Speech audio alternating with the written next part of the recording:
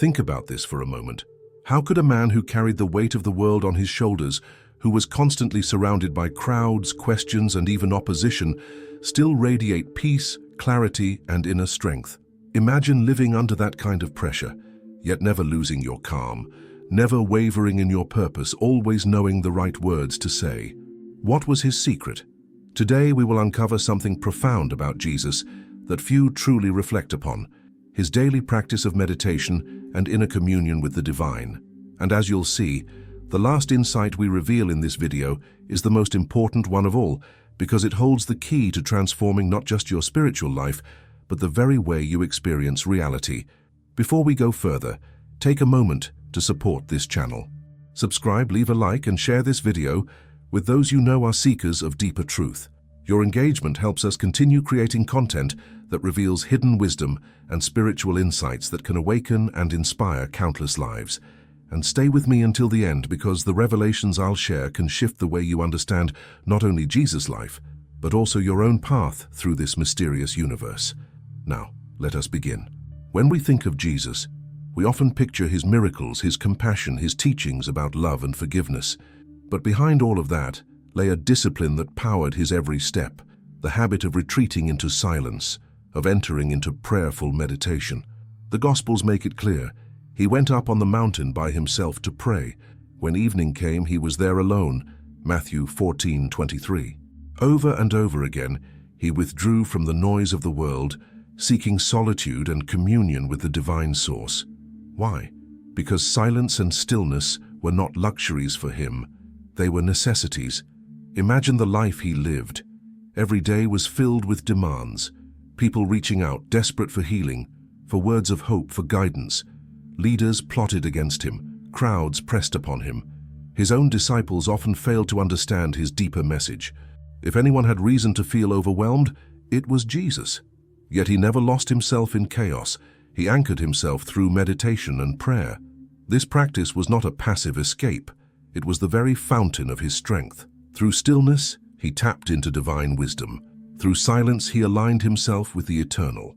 Through meditation, he found the inner clarity to face opposition with love instead of hatred, to meet betrayal with forgiveness, and to approach suffering with transcendent peace. Have you ever wondered why so many people today feel disconnected, restless, anxious, even when surrounded by abundance?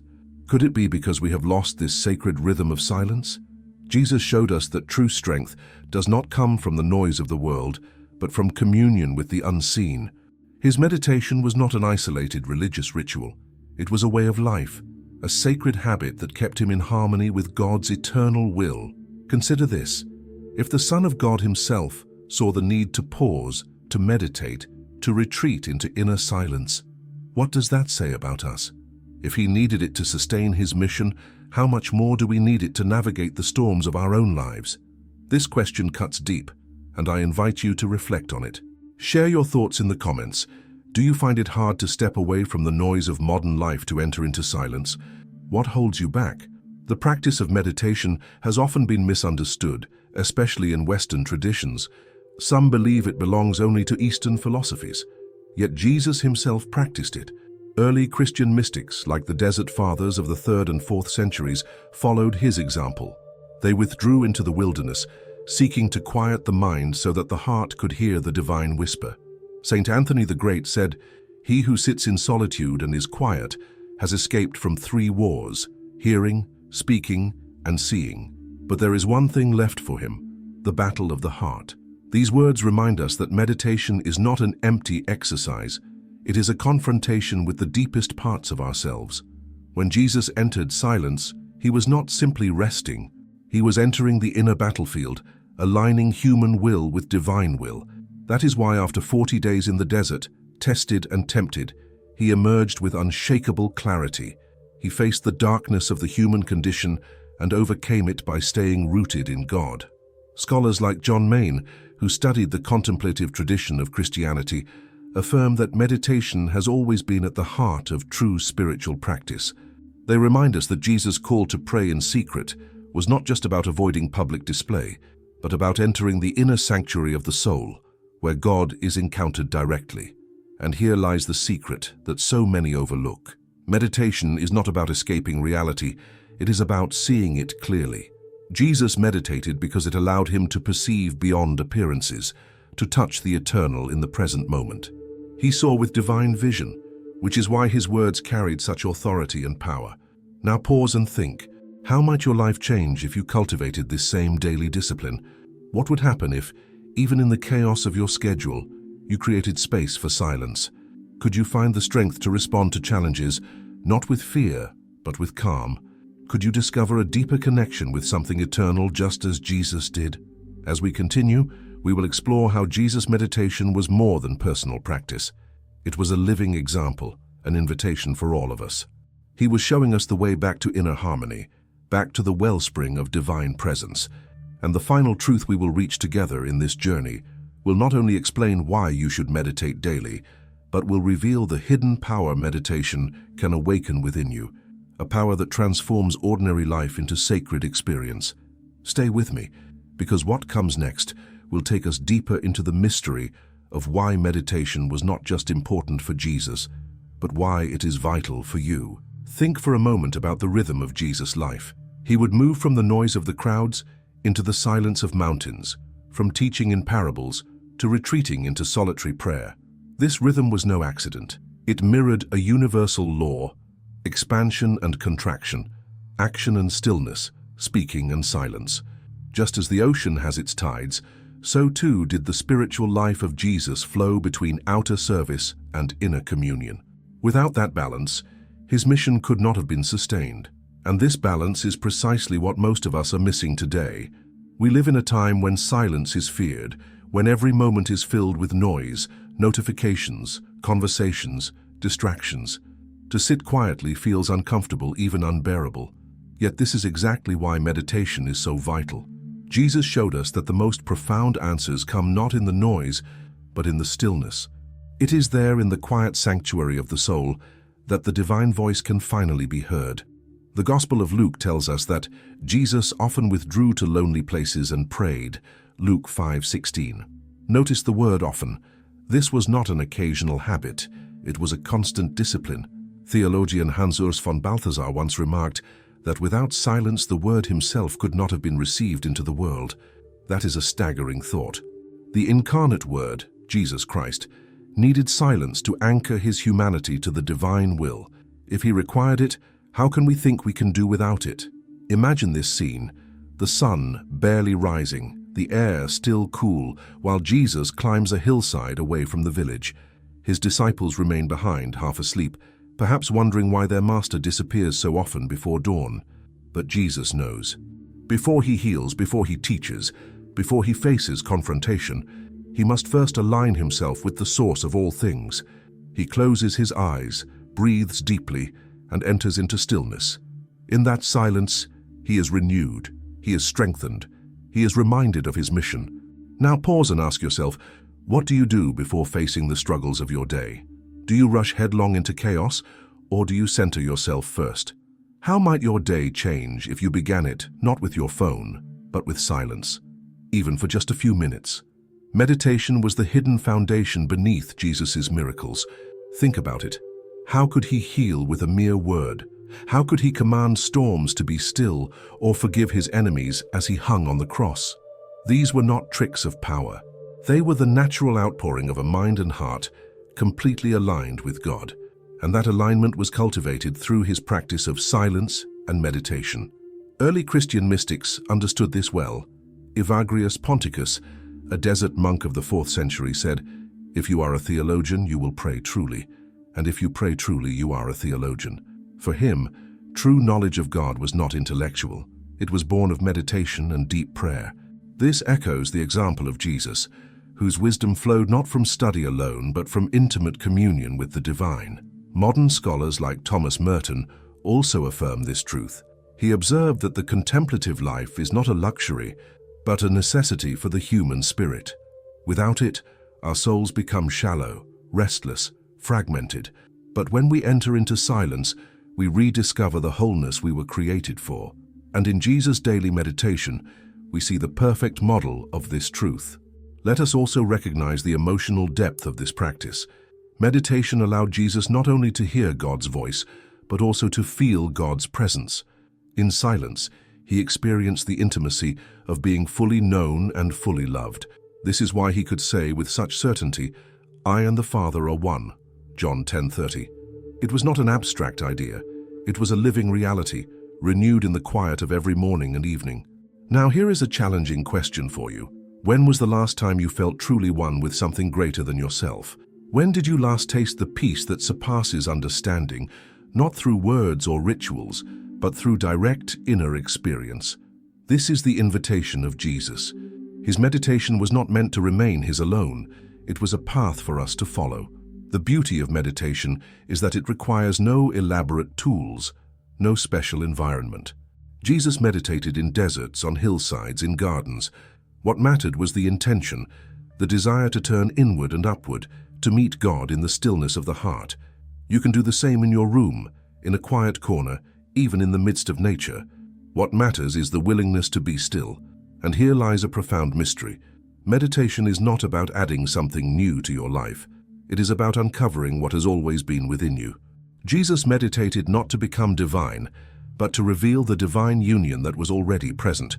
In following his example, we do not gain something foreign. We awaken to what has been hidden in us all along, the image of God waiting to shine forth. This is why the practice is so transformative. When you meditate, you begin to see the world differently. You recognize the sacredness in ordinary things, the presence of God in every breath. Life itself becomes a prayer.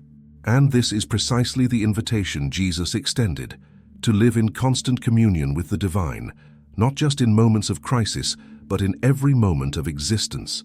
As we move forward, we will uncover even deeper truths about why Jesus meditated daily and why you are called to do the same.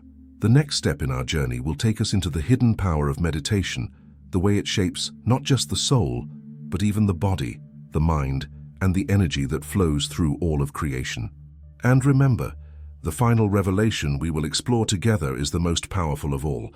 Stay with me because the journey is only just beginning. Picture this: Jesus, seated beneath the open sky, perhaps near the olive trees of Gethsemane. The night is quiet, yet his heart is heavy. Soon he will face betrayal and suffering. And what does he choose to do? He enters into prayerful meditation, speaking to the Father, surrendering fear into trust. "Not my will, but yours be done." These words are more than a prayer. They are the fruit of a meditative life. Only a mind trained in silence and surrender could embrace such profound courage. This shows us that meditation is not about escaping difficulties. It is about preparing the soul to meet them with strength. Jesus did not meditate simply for serenity. He meditated to anchor himself in God's will so deeply that nothing could shake him. Imagine if you could carry that same unshakable peace into your own trials. What difference would it make to face challenges with a heart steady and unafraid? Modern science even confirms what ancient mystics already knew. Studies show that meditation reduces anxiety, lowers stress, improves focus, and even strengthens the immune system. But Jesus practiced it for reasons that reached far beyond physical or mental health. He understood that meditation was the gateway to aligning human consciousness with divine consciousness. It was a practice of union. The Gospel of Mark tells us that after a long night of healing the sick and casting out demons, Jesus rose early, before dawn, and went to a solitary place to pray, Mark 1:35.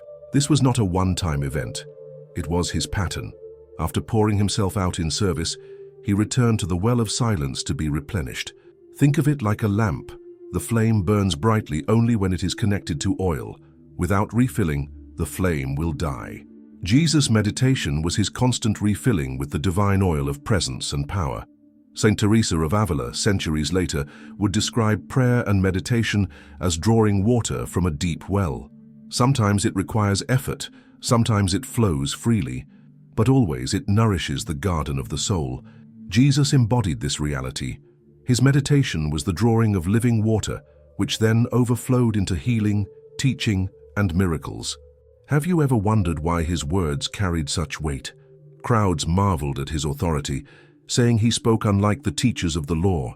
That authority did not come from titles or institutions. It came from inner alignment. When he spoke, he was echoing the voice of the divine that he had heard in silence. This is the secret that meditation unlocks. Speech that comes not from ego, but from eternal truth. Now consider this in your own life. How often do you speak words you later regret? Words spoken from haste, from frustration, from fear? Imagine if your words, like those of Jesus, were rooted in stillness and aligned with wisdom. Meditation is the training ground for this transformation. It calms the storms within so that your voice can carry peace to others. The Desert Fathers spoke of this often. One of them, Abba Moses, was asked by a younger monk how to live a holy life. He replied, "Sit in your cell and your cell will teach you everything." The cell was not merely a room, it was the place of silence and meditation. This teaching echoes what Jesus modeled, that in stillness we encounter the ultimate teacher. But let us go deeper still. Meditation for Jesus was not only a personal necessity, it was also a cosmic act. In silence, he was harmonizing himself with the divine Logos, the creative order of the universe. That is why miracles seemed to flow naturally through him. He was not bending reality to his will. He was attuned to the higher order that underlies all reality. When he calmed the storm, he was speaking from union with the creator of the winds and the seas. When he healed, he was aligning human bodies with their original design in the divine mind.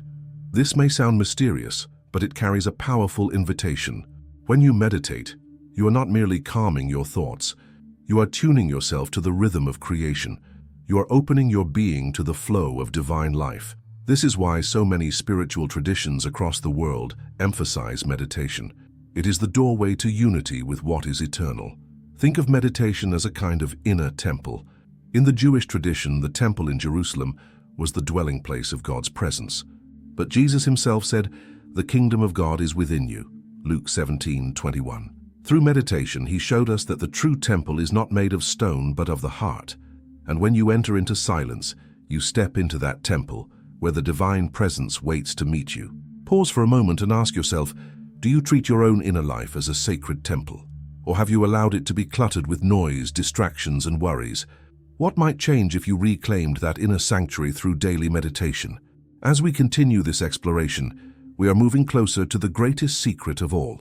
The reason why Jesus' meditation was not just a personal practice, but a key to unlocking the hidden power of spiritual transformation. In the final part of our journey, we will uncover the ultimate truth about why you should meditate daily, a truth that has the potential to reshape not just your spiritual life, but your entire experience of reality. Stay with me, because the final revelation will be the most powerful of all.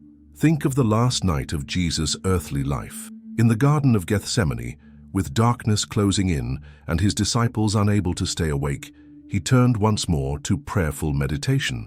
The weight of the world pressed upon him, yet instead of running from the silence, he entered more deeply into it. This moment is the ultimate proof that meditation is not about escaping reality, but about facing it with unshakable trust. His words, "Not my will but yours be done," reveal the heart of his practice: surrender. And in that surrender lay the greatest power humanity has ever witnessed, the power to transform suffering into redemption. Here lies the final and most important revelation. Meditation is the path to inner transformation because it teaches us surrender. In silence, we release control, we loosen our grip on the illusions of ego, and we align ourselves with the greater will of God. This is the deepest reason Jesus meditated daily, not simply for strength or clarity, but for union. In meditation, he gave himself wholly to the Father, and through that union, he carried out a mission that changed the world. Now imagine what that means for you. Every time you enter into silence, even for a few minutes, you are practicing that same surrender. You are training your heart to let go of fear, to release control, to trust the flow of life. Over time, this surrender transforms you. It softens anger into compassion, fear into courage, despair into hope. This is not theory. It is a living reality, proven in the life of Jesus and confirmed by countless mystics throughout history. Saint John of the Cross, the great Spanish mystic, wrote that in silence and surrender, the soul is transformed into God's likeness. This echoes what Jesus embodied. His daily meditation was not simply a practice of peace, it was a process of transformation, shaping his humanity into a perfect vessel of divine love. You might be wondering, How can your meditation possibly compare to that of Jesus? The answer is simple. You are not called to repeat his exact path, but to walk in the same direction. Meditation is the universal doorway to communion with the divine. When you practice it, you are not trying to become someone else. You are uncovering who you already are at the deepest level, a child of God, created to live in union with him. This truth is both humbling and empowering. It humbles us because we realize we cannot find peace through our own efforts alone. We must surrender. But it empowers us because it reminds us that the same presence Jesus communed with is available to us now, in this very moment. The kingdom of God is not far away, it is within you. Meditation is the key that opens that inner kingdom. Let us consider the wider impact of this practice. Imagine a world where millions of people followed Jesus' example, where instead of reacting with anger, they paused in silence, where instead of living in constant distraction, they lived in inner awareness, where instead of clinging to fear, they trusted in God's will. Such a world would be unrecognizable from the one we know today. Wars, divisions, and hatred could dissolve in the light of inner transformation. And while it may sound idealistic, remember that every great change in history begins with individuals. Your meditation, your silence, your surrender, it matters. Modern contemplatives like Father Thomas Keating taught that meditation, or centering prayer, is not about emptying the mind but about consenting to God's presence within. That single act of consent, repeated daily, reshapes the soul. This practice is nothing less than the continuation of Jesus' own path of meditation. By entering silence, you are walking where he walked, aligning with the same divine love that empowered his life. So the question becomes not, why should I meditate? But how could I live without it? If Jesus himself needed daily meditation to fulfill his mission, how can we possibly hope to live fully without it? Meditation is not an option for the spiritually awakened life, it is the foundation. And here is the greatest promise of all. When you embrace meditation as Jesus did, you will discover that you are never truly alone. In silence, you meet the presence that has always been with you. You realize that beneath the noise, the struggles, and the uncertainties of life, there is an eternal ground of peace. That peace is not something you have to earn, it is already yours, waiting to be uncovered. As we close this journey, let us return to the question we asked at the beginning. Why did Jesus meditate every day? The answer is now clear. He meditated to align himself with the Father, to draw strength, to find clarity, to surrender, and ultimately to live in perfect union with divine love. And why should you do the same? Because in following his example, you too will discover that meditation is not just a practice, it is the doorway to transformation. It is the way to live with courage, clarity, and peace no matter what storms you face. So take this message to heart. Begin, even if just for a few minutes each day. Create space for silence. Enter into stillness. Follow the example of Jesus. And watch as your life begins to change, not because you added something new, but because you finally uncovered what has been there all along, the kingdom of God within you. If this message has spoken to you, I invite you to share it with others. Subscribe to this channel, leave a like, and comment below your reflections.